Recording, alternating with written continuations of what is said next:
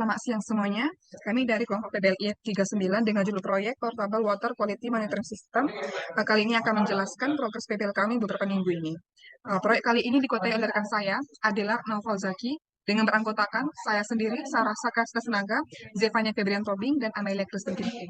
Baiklah, langsung saja kita ke bagian deskripsi umum. Oke, Portable Water Quality Monitoring System adalah produk yang mampu memonitoring tes air seperti pH dan kandungan lain yang terkandung dalam air dalam bentuk portable dan juga mampu untuk tersambung dengan internet. Mengapa proyek ini sangat penting? Karena air sangat memegang peran yang penting dalam menjaga tubuh kita agar tetap dalam keadaan sehat normal sehingga kita tidak mengalami ataupun gangguan kesehatan. Proyek kali ini kami hanya memfokuskan pada pengukuran kandungan pH dalam air yang akan dikonsumsi oleh karyawan di suatu perusahaan. Maksudnya adalah proyek kami kali ini adalah karyawan di perusahaan, yang dimana penggunaan Arduino ini sangat cocok untuk diaplikasikan ke dalam proyek karena dapat mengubah kegiatan yang dilakukan secara manual menjadi otomatis. Dan proyek kali ini Arduino Uno menggunakan sensor pH dalam deteksi air, sedangkan Arduino sebagai controller dan pemrosesan sinyal. Sistem akan bekerja apabila sensor yang terpasang membaca sensor pH sesuai pengaturan dalam Arduino ini. Oke, lanjut ke materi selanjutnya, functional requirement dan non-functional requirement. Untuk functional requirement, untuk bagian pertama, itu adalah pengambilan data kualitas air. Jadi sistem ini harus mampu mengukur parameter kualitas air yang penting, seperti pH, kadar oksigen, konduktivitas, suhu, dan kadar bahan pencemar umum seperti logam berat atau pestisida. Dan sistem harus memiliki kemampuan untuk mengambil sampel air secara berkala atau kontinu sesuai dengan pengaturan pengguna.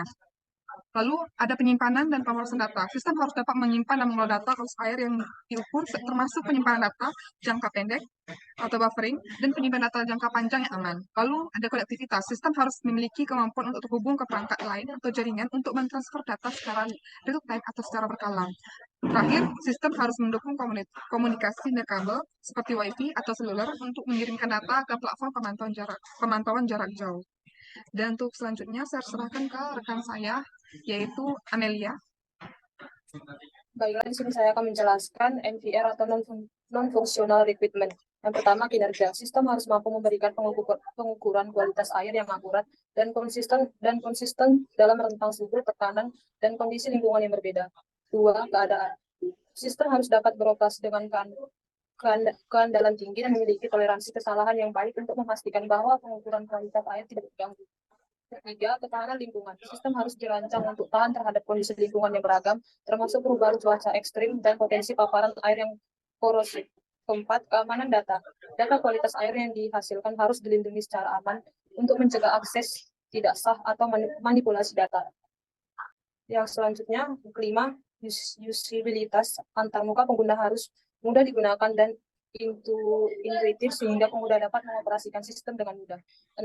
Efisiensi energi. Sistem harus dirancang untuk mengonsumsi energi yang efisiensi agar dapat beroperasi dalam jangka waktu yang panjang menggunakan sumber daya baterai atau energi yang terbatas. Yang ketujuh, kepatuhan regulasi. Sistem harus memenuhi peraturan dan standar kualitas air yang berlaku, termasuk regulasi lingkungan dan kesehatan relevan.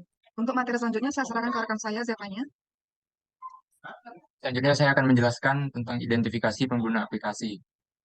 Nama aplikasi atau sistem yang dibangun adalah Portable Water Quality Monitoring System. Tahapan analisis dan perancangan akan dilakukan dalam pengembangan aplikasi ini. Pengguna dari aplikasi atau sistem ini adalah karyawan perusahaan yang bertanggung jawab dalam memastikan air minum yang dikonsumsi adalah air yang baik untuk semua karyawan di perusahaan yang berkisar kurang lebih 2.000 karyawan. Instrumen yang kami gunakan adalah media kuesioner online berupa Google Form. Selanjutnya, main success skenario. Sistem startup. Sistem ini akan dihidupkan oleh karyawan ketika mengarahkan switch ke posisi on. Karyawan akan memasukkan sensor yang sudah terhubung dengan controller sehingga mendapatkan hasil yang diinginkan. Sistem shutdown. Sistem akan dimatikan ketika operator sudah memastikan bahwa tidak ada lagi yang menggunakan mesin, dan caranya dengan mengarahkan switch ke posisi off. Selanjutnya session. Session akan dimulai ketika karyawan memasukkan sensor ke objek yaitu air, yang akan diukur kandungannya ke mesin sampai alat tersebut tidak digunakan lagi. Lalu transaksi. Transaksi ialah setiap sensor memberikan hasil kepada controller. Selanjutnya alternative flow atau extensions. Invalid identifier. Sistem menandakan kegagalan dan menolak inputan. Sistem mengalami kegagalan saat terhubung dengan database. Sistem mendeteksi kegagalan saat menghubungkan ke database sistem mengulang koneksi ke database, dan sistem mendeteksi kegagalan. Karyawan dapat memperbarui data dengan menghubungi ahli atau admin untuk kemudian diperbarui ke database.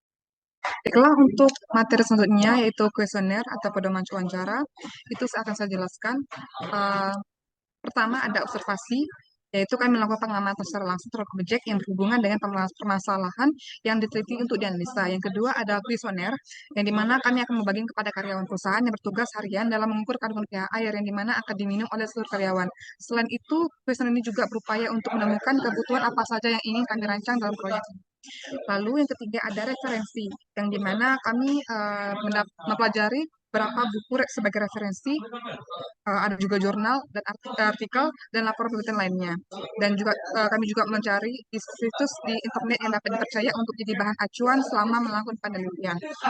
Baiklah, cukup sekian penjelasan dari kelompok kami. Kurang lebihnya kami minta maaf. Terima kasih segala perhatiannya. Selamat siang.